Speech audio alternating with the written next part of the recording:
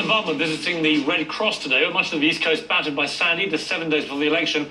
How will this all impact the race? Joining me now is Nate Silver, author of The Signal and the Noise, why most predictions fail, but some don't. Nate, welcome back. Yeah, thank you. Been an extraordinary few days for the election campaign. Who would have thought a week before an election that it would all disappear off the news agenda, but obviously Hurricane Sandy took over.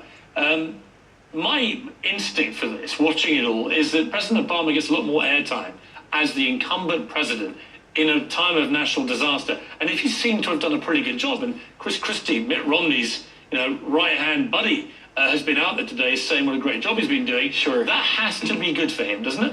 Well, we have to see how the cleanup goes and if Obama makes a mistake later on. But I would agree that usually in the short run, a crisis environment tends to help the incumbent president. And the fact is that we only have the short run now. So if there's fallout in the long term, then it might occur after he were reelected. But I still think voters are mostly basing this on the economy. Maybe you have 1% of voters who are out there undecided. So it's an interesting event. But look, if Romney had it in the cards to win before, I'm not sure it would shift things enough against him. And also, I guess it'll still come down to swing states. And in many of those, what may be more important for both candidates is their inability to get to places like Ohio through this last few days. Sure. And, Romney's spending time in Ohio, and Ohio is really where this election comes down to, where the average poll right now has Obama up by 2.5, 3 points in Ohio. If you go back through history, how often do candidates overcome leads like that? It's actually pretty hard. It's a small lead, but when you have so few undecided voters left, when you have a third of the states already voted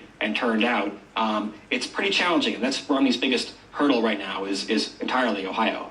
You've been described as a potential one-term celebrity pollster by somebody this week. Dylan Barrs, I think it was, wasn't it? Politico. How did you react to that? Because you are a bit of a rising superstar. But of course, if you get it wrong, you've got Obama a 75% chance of winning. If he was to lose now, will you resign? I mean, what happens to pollster experts like you? Well, this is why we give probabilities. And earlier this week, there was a weather forecaster who said there was a 30% chance that Hurricane Sandy would be bad enough to flood the New York subway system. Now, to me, that seems like a very prescient prediction where he warned people days in advance there was a chance of this occurring. We give Mitt Romney a 30% chance of becoming president, as New York found it this week. A 30% chance will come up quite a bit. I think some of the critics that I've had are not very good at doing math and probability. In politics, people tend either toward 100-0 explanations, i.e. one side is always right, or everything, it's 50-50. And the real world exists on the margin where things are not 50-50 and not certain. I think if Obama has